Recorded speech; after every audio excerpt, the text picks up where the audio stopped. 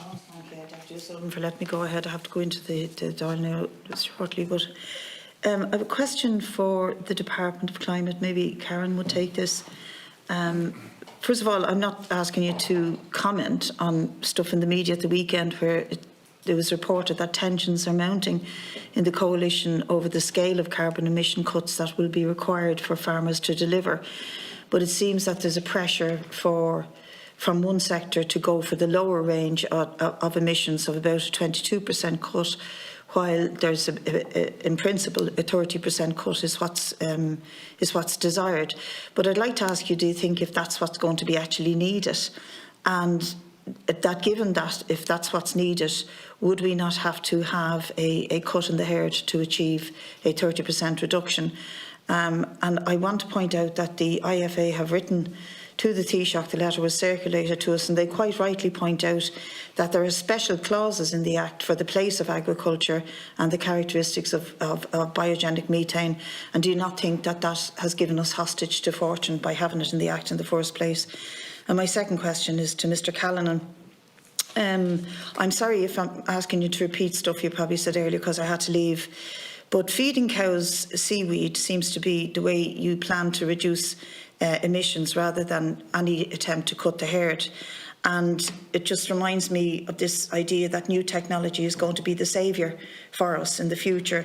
This comes up repeatedly, whether we're talking about gas and oil exploration or data centres. They'll all have new technology, so we shouldn't be worrying about them. And now we're hearing, in terms of the herd, this new form of technology of feeding seaweed to the herd. But what do we know really about, I know the tests have shown that it does reduce methane in cows, but do we know and will we know in time, because you say this should happen in the first and second carbon budgets, what will happen after months and years of feeding seaweed to them, and do we know the effects that would have on the output of milk and meat? Do we know, for example, the environmental impacts of having to manufacture and on scale that amount of seaweed and the additives that come from it, and the risk that that might have on other elements of our ecosystem in untested technologies? I think we're dodging the discussion of cutting the herd, because it is not about the 140,000 farming families you represent, but it's more about the farming model that we have created in this country, which is for a vast amount of export of animals to the Middle East and Africa and China and all the rest of it, rather than facilitating family farms to actually be producing the food we need, and to do it in an ecological way, and to subsidise them properly into producing that sort of food for us. You said yourself that farmers are driven by the market, but surely the consideration must be that the system itself is broken for most farmers, and it is broken for the environment. So it's a bit of a loaded question, but if you could try and answer it there. Thanks, Dr. Smith. So the first one is for Ms. Egan, I think. I'm going to pass that question to my colleague Mark Kearns on the agriculture issue. Okay, Mr. Kearns, you're in the hot seat. Yes, thanks very much, Karen, for that, and thank you very much, Deputy Smith.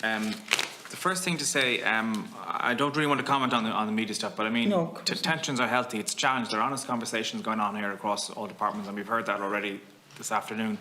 And so, you know, people are being honest and frank about it, and I think that's good. It's out in the open. We're having those discussions. The pathways in the Climate Action Plan and in the sectorial scenes, they're not absolute. They are pathways that we anticipate will deliver the savings that is required of us of the Act. They will evolve over time. Some will deliver early, some will deliver late, some might not realise what they have. So there has to be flexibility built into that, and we've recognised that in the skills in the pathways. There is a risk if those measures don't deliver. They have to look at alternative measures, and that is the question. That is the honest conversation about how we deal with that and how different sectors deal with that. And all sectors are at risk of not delivering on certain aspects of it. I have to have those conversations. I think that's my point. I think I would defer to my colleagues in the Department of Agriculture about what those risks are, and they've articulated in their opening statement as well, and we need to be cognizant of that. Sure. Yeah. So, Deputy Smith, just to be clear, you know, we're not holding out or hanging out in relation to a silver bullet here that's going to come.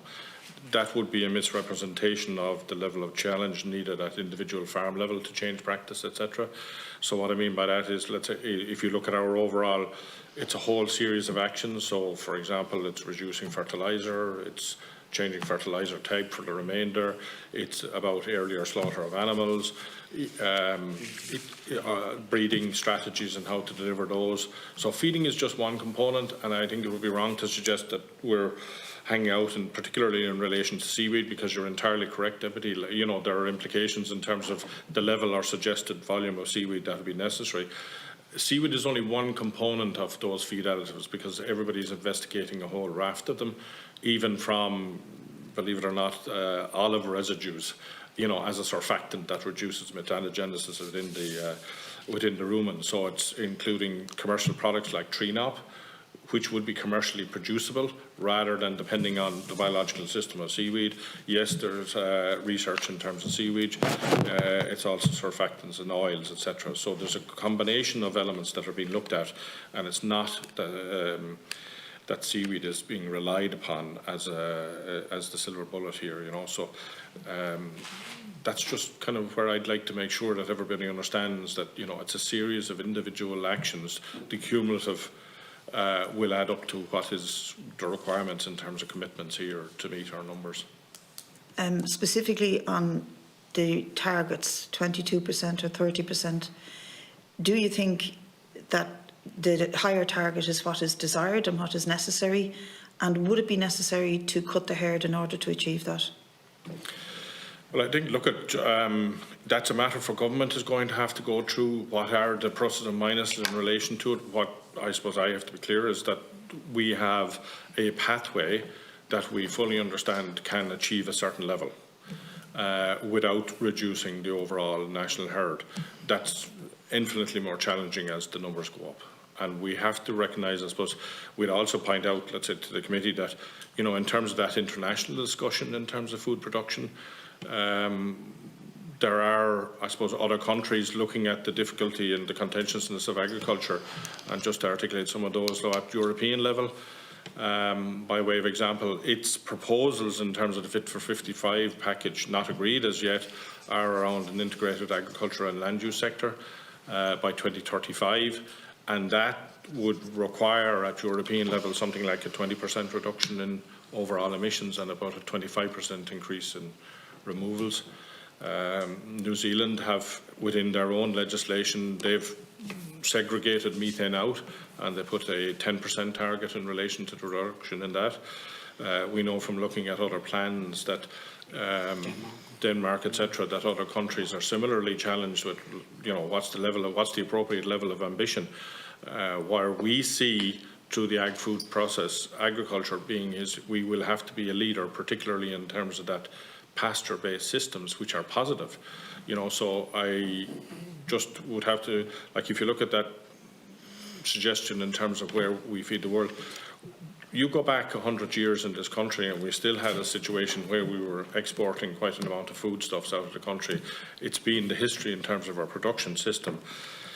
In defence of the production system, from an international comparison point of view, rain-fed grass-based systems hold up very well from any carbon counting point of view. They look particularly well in terms of that.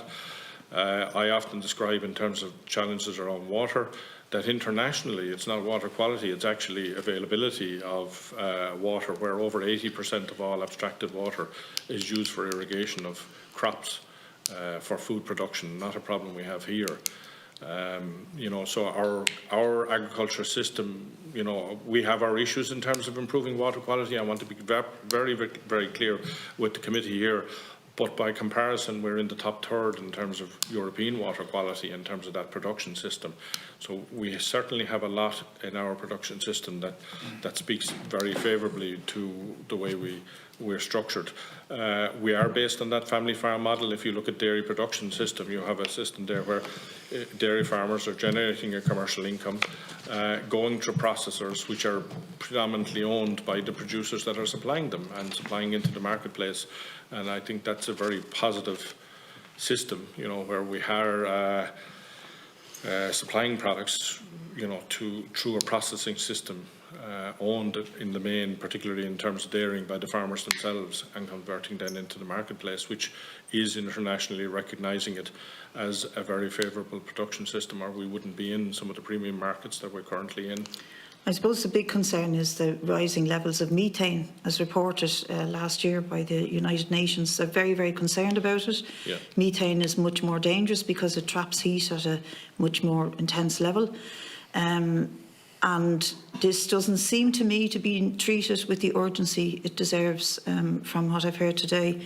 So I would just be concerned not just about reducing our emissions, but how we handle the levels of methane production.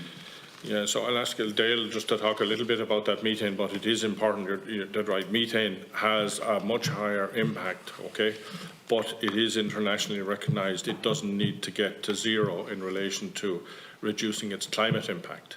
And then similarly, we must differentiate between methane that's biogenic, which comes from livestock, versus coming from fugitive fossil fuels, from waste, So if you look at European level, what they have identified in their own methane strategy is a halving of methane, but that is predominantly around fugitive gas emissions from natural gas, etc., and from the waste sector, with a commitment to reduce biogenic methane. Within their own impact assessment document, I think it's page 112, they identified approximately 10% reduction at European level expected from agricultural, non-CO2 agricultural emissions is what they were looking at. So you have to look at methane, but you also then have to disaggregate between the sources of methane.